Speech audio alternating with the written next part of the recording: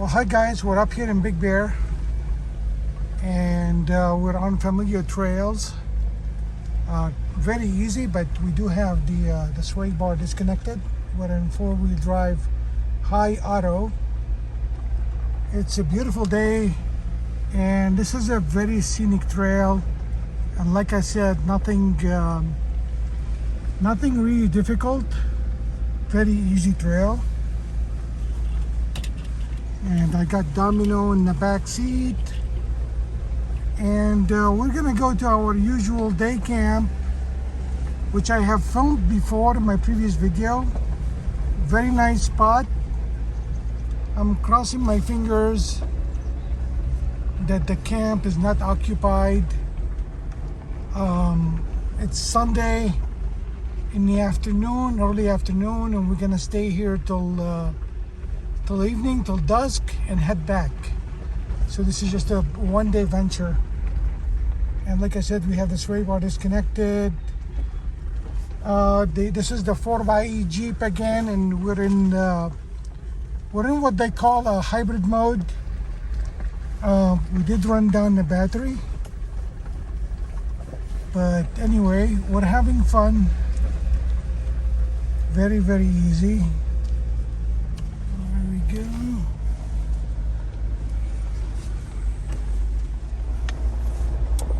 So the original plan was actually to come up here on Saturday, but then I realized there's a lot of people going to be going up, and it will be highly likely that the camp is going to be occupied. So we decided to wait.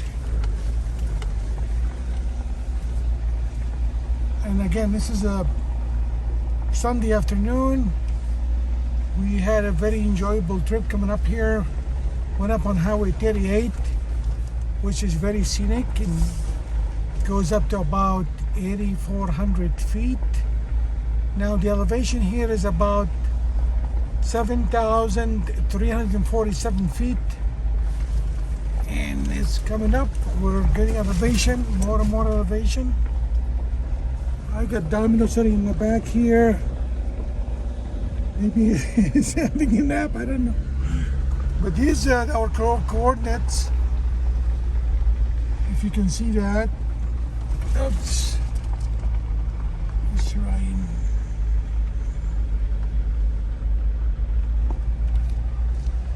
And again, this is a very scenic trail, very beautiful trail.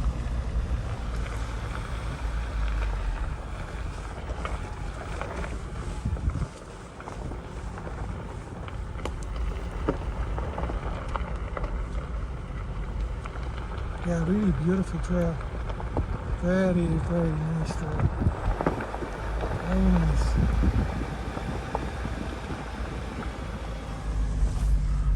So the camp is empty.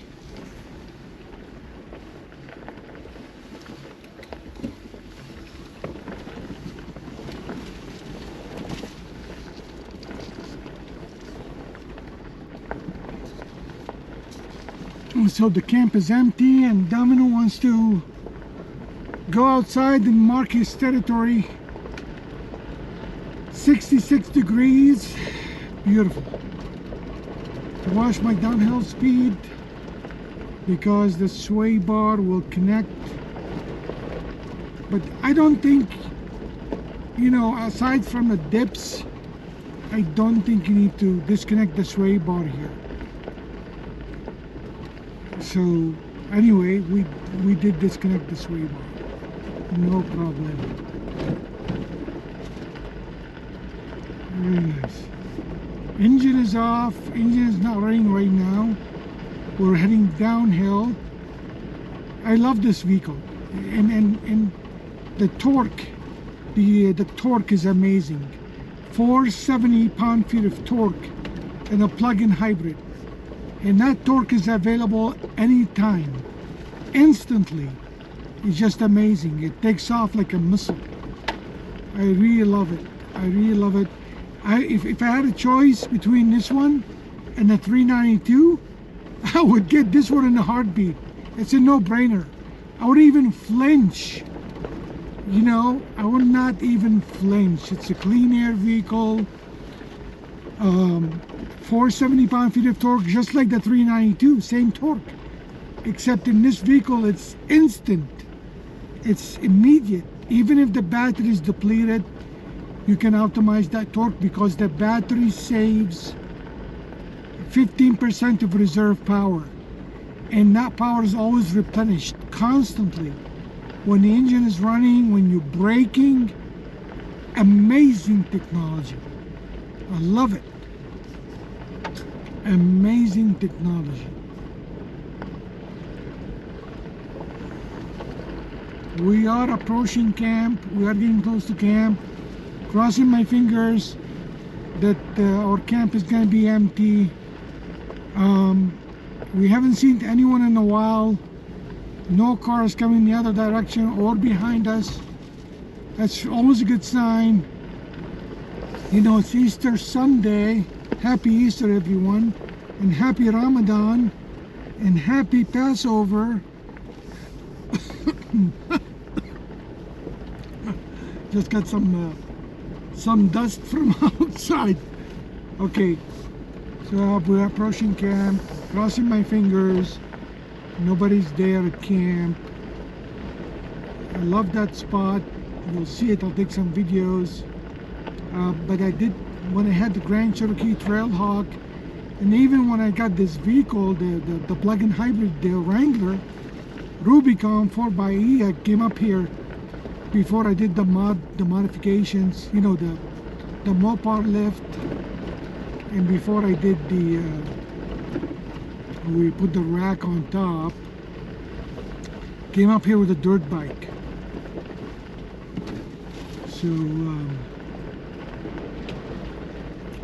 approaching camp. What a beautiful day. What a beautiful day. 66 degrees out. It's perfect. Just slow down a little bit. There we go.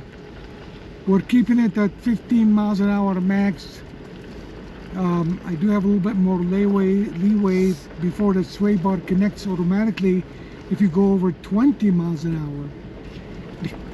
As you can hear, guys, no engine. We're heading more downhill right now. We're at 7,300 feet and no engine. The engine's been out for a while.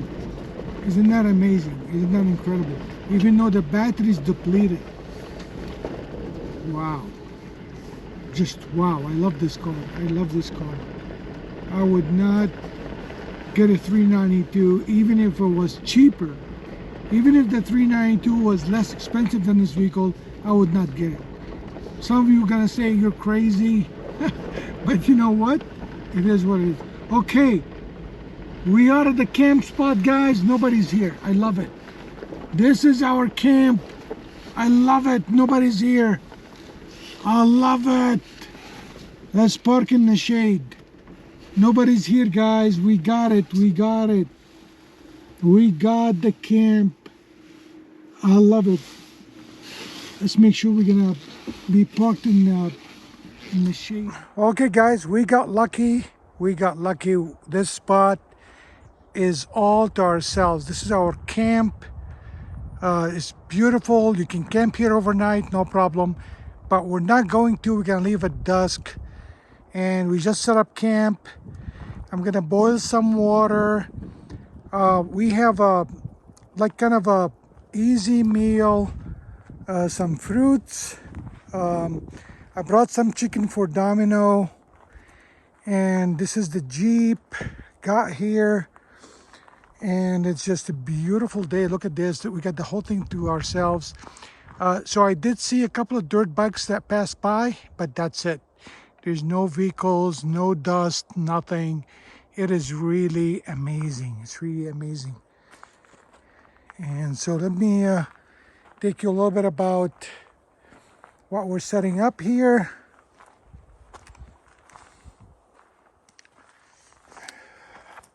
So this is our stove. I'm gonna take it out in a minute and boil some water. Our camp chair, our table. This is Domino's bowl. We're gonna put some chicken in there for Domino that we brought with me. We got some half and half, some vegetables, some fruits, not vegetables, fruits. And look at this, yummy. Oh yeah. Oh yeah. There we go. So we're gonna eat in a minute here.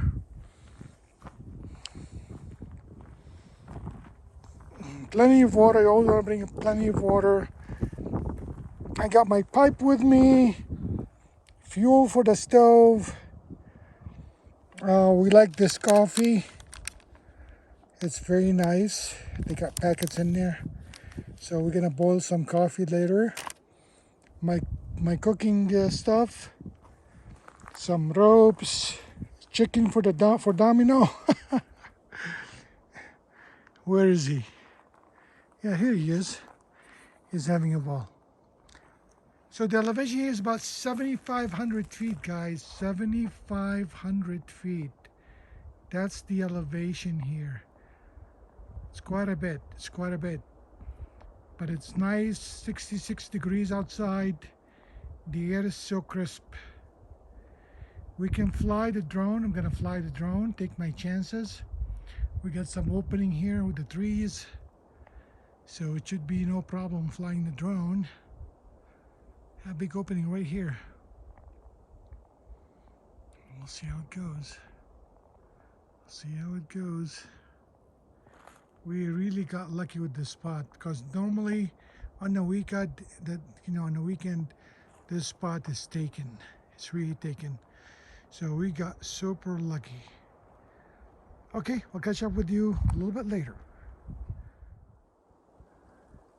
Nothing like being in a majestic forest. Absolutely stunning.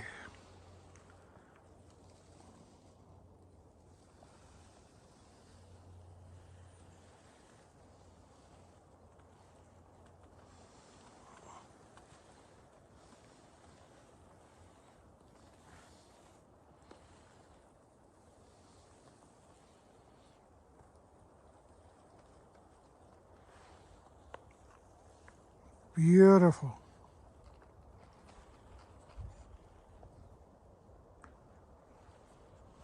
It's the slight sound of the wind, nothing else. That's the way we like it.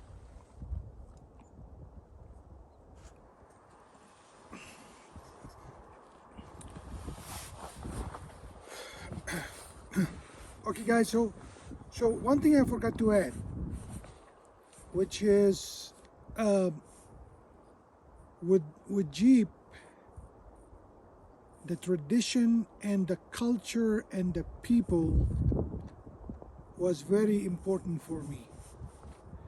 You know, the Jeep wave, you're driving a Wrangler, you see another Wrangler or Gladiator coming your way, or even maybe a Grand Cherokee Trailhawk or a Cherokee Trailhawk. You gotta give them the Jeep wave. So the culture, the heritage in 1941 and World War II, the Willys Jeep, the Army Jeep, that started the whole thing. So the culture and the heritage, that was very, very significant for me compared to maybe driving a different vehicle. This is not just my daily driver, it's also, you know, my off-road vehicle, overland vehicle, go anywhere vehicle, really. And you know, that Jeep wave is amazing. And you see people waving at you, people you don't know, they just waving because you drive the same car. And it's that heritage, that rich culture, that history, that amazing, incredible history. There is no match. Nobody can even come close. Not Subaru, not Land Rover, not Toyota, not Nissan, not anybody. Ford, yes, comes close. As a matter of fact, at one point, I think Ford owned Jeep at one point. They were making Army Jeeps. So that culture is amazing. The only thing that comes close to it, but not quite, not on par, and I don't think it'll be on par ever. Maybe it's gonna get close, but it's not gonna be on par ever, is the new Bronco. And I have a lot of respect for Ford. What they did is they used the Wrangler Rubicon as a benchmark when they designed the Bronco. They went with IFS. No, no, no.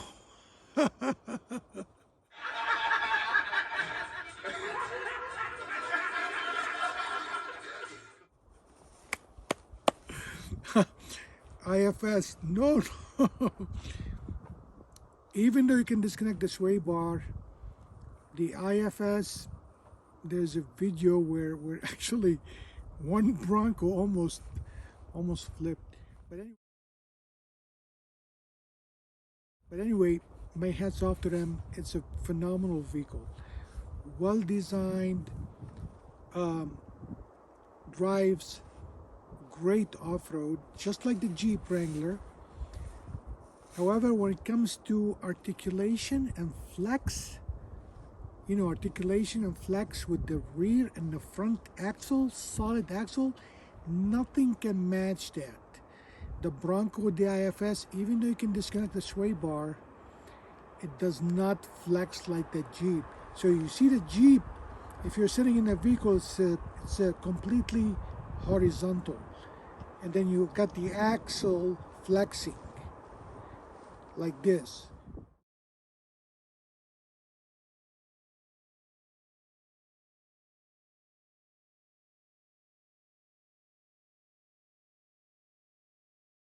With the IFS, with the Bronco,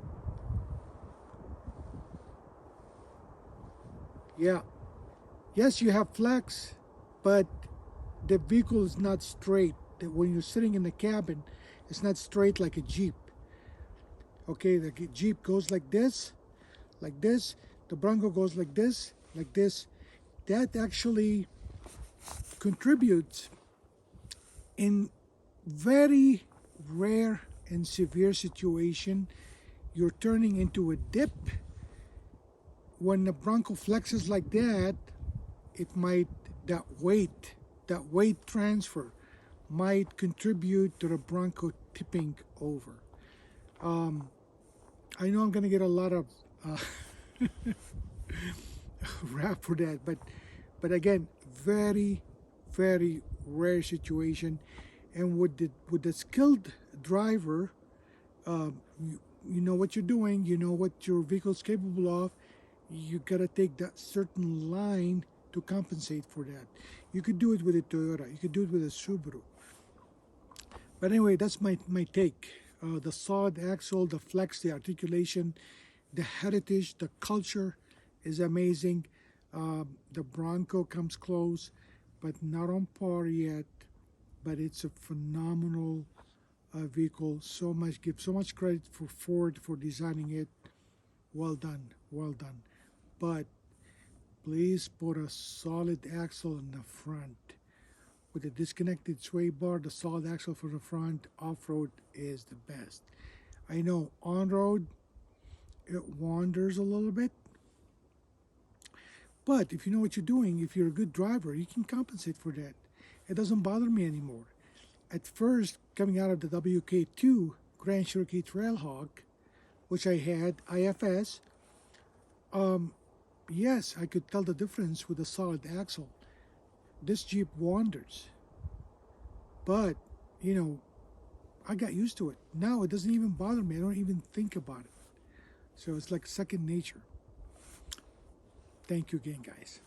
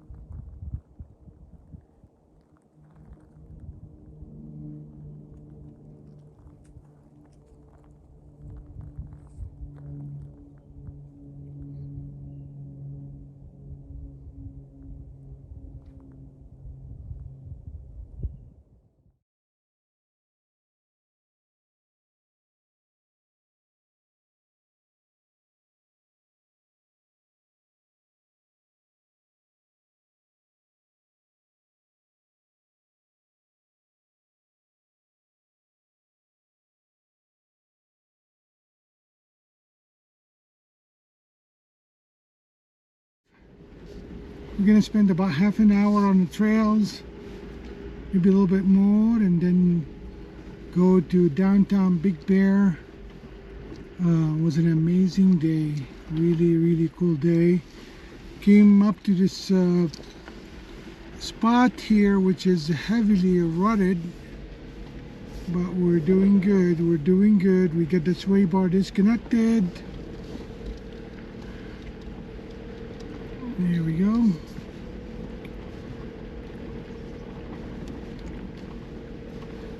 I'm so glad we found our favorite park, camping spot, not occupied. Look at these ruts. Wow, these ruts are really nasty. Anyway, we're doing good.